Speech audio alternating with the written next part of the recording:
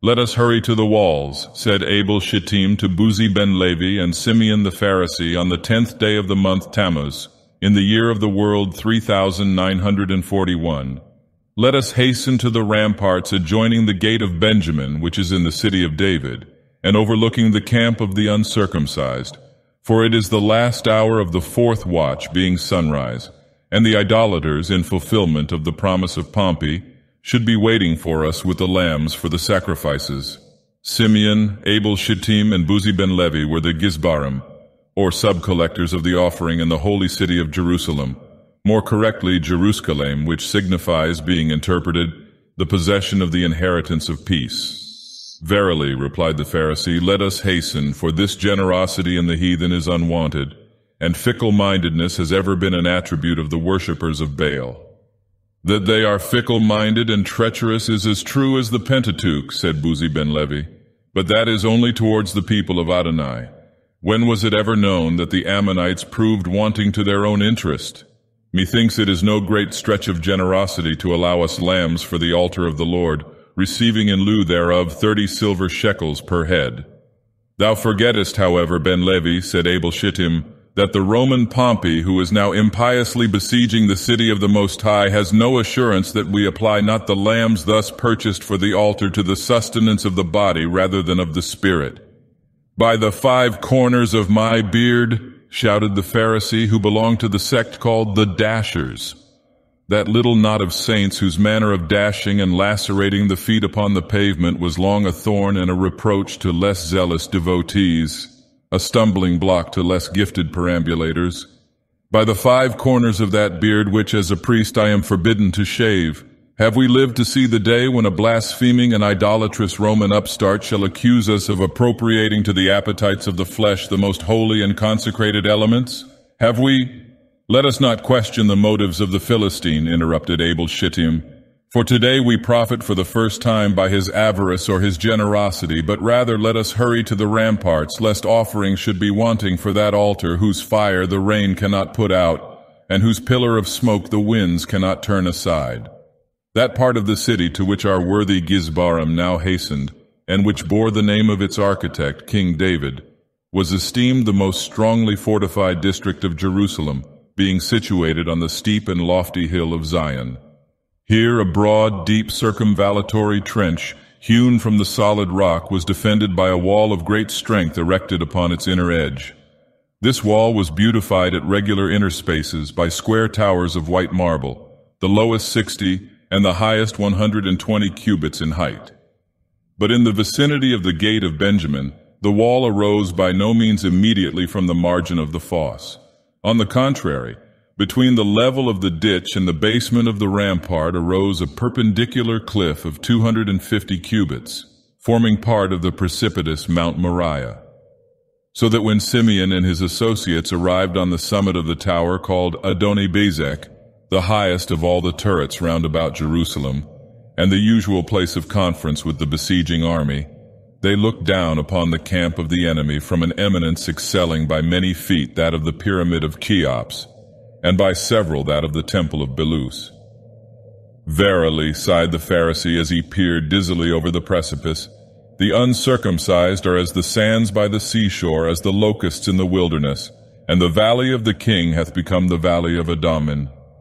"And yet," added Ben Levi, "thou canst not point me out a Philistine, no, not from the forest to the battlements, from Aleph to Tau, who seemeth any bigger than the letter Jod." "Lower away the basket with the shekels of silver," shouted a Roman soldier in a hoarse, rough voice which seemed to issue from the regions of Pluto. "Lower away the basket with that accursed coin which hath broken the jaw of a noble Roman to pronounce. Is it thus you evince your gratitude to our master Pompeius, who, in his condescension, has thought proper to listen to your idolatrous importunities? The god Phoebus, who is a true god and no barbarian, has been charioted for an hour, and were you not to have been on the walls by sunrise? Oedipal, do you think that we, the conquerors of the world, have nothing better to do than to stand waiting by the walls of every kennel to traffic with the dogs of the earth? Lower away, I say, and see that your trumpery be just in weight and bright in color.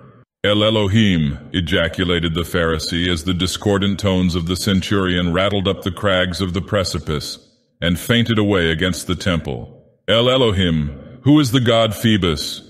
Whom doth the blasphemer invoke? Thou, Buzi ben Levi, who art read in the laws of the Gentiles and hast sojourned among those who dabble with the teraphim, is it Nergal of whom the idolater speaketh, or Ashima, or Nibhaz, or Tartak, or Adramelech, or Anamelech, or Succoth Benoth, or Dagon, or Belial, or Baal-Pereth, or Baal-Peor, or Baal-Zebub?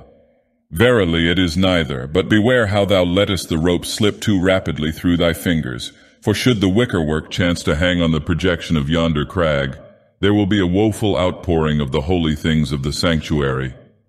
By the assistance of some rudely constructed machinery, the heavily laden basket was now lowered carefully down among the multitude, and from the giddy pinnacle the Romans were seen crowding confusedly around it. But owing to the vast height and the prevalence of a fog, which is unusual at Jerusalem, no distinct view of their operations could be obtained. A half-hour had already elapsed. "We shall be too late," sighed the Pharisee, as at the expiration of this period he looked over into the abyss. "We shall be too late. We shall be turned out of office by the Cathalim."